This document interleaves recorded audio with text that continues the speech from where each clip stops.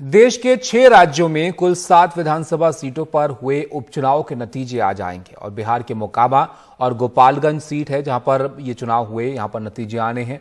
महाराष्ट्र की अंधेरी east seat है, हरियाणा के आदमपुर, तेलंगाना की मुनुगोडे, उत्तर प्रदेश के लखीमपुर खीरी जिले के गोला गोकर्णनाथ और ओडिशा के धामनगर सीट के नतीजे आ जाने हैं। सुबह 8 बजे से वोटों की गिनती शुरू होनी है और इन चुनावों में कई उम्मीदवारों की साख दांव पर लगी है। सभी पार्टियों ने पूरा जोर भी लगाया है।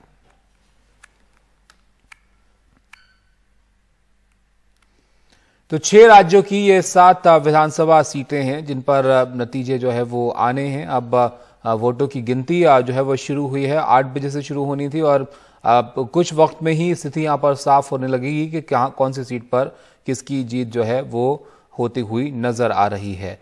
अगर इन सीटों को आप देखें तो इन 7 सीटों में से 3 पर बीजेपी, 2 पर कांग्रेस और एक सीट पर आरजेडी और उद्धव ठाकरे गुट की पार्टी का कब्जा था। अब यहां पर चुनाव हो रहे हैं तो देखना होगा कि किसके खाते में कौन सी सीट यहां पर जाती है। बिहार की 2 सीटें हैं तो वहां पर नजर रहेगी कि कौन जो है यहां पर बाजी मारता है, क्योंकि वहां पर जब जो सत्ता बदली है, नए गठबंधन की सरकार बनने के बाद ये उपचुनाव हो रहे हैं तो इसलिए भी जो है ये अहम हो जाते हैं कि किसकी तरफ ये चुनाव के नतीजे यहाँ पर जाते हैं।